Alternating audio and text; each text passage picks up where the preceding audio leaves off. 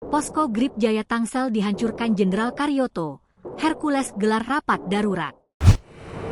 Ketua Umum Grip Jaya Rosario de Marshal murka dan geram saat tahu kasus yang menjerat tangan kanannya Ketua Grip Jaya Tangsel.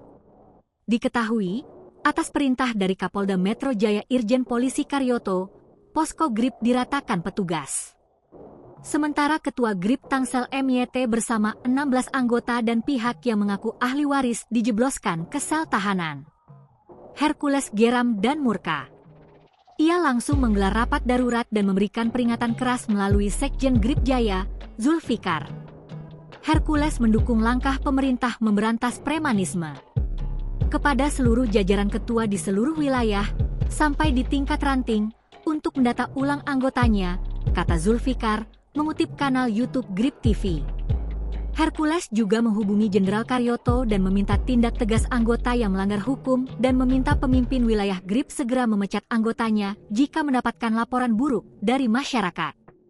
Kalau dilihat ada anggota terindikasi tidak baik, tidak benar kami instruksikan untuk segera mengeluarkan anggota tersebut, memecatnya jika ada bukti ya.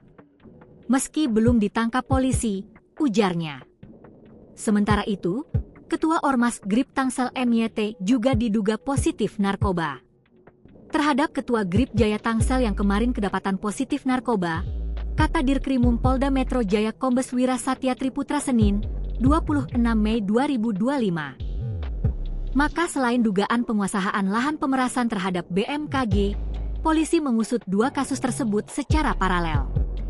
Polisi mendalami kasus MYT terkait dugaan pendudukan lahan BMKG dan narkoba tersebut. Download Tribun X sekarang, menghadirkan lokal menjadi Indonesia.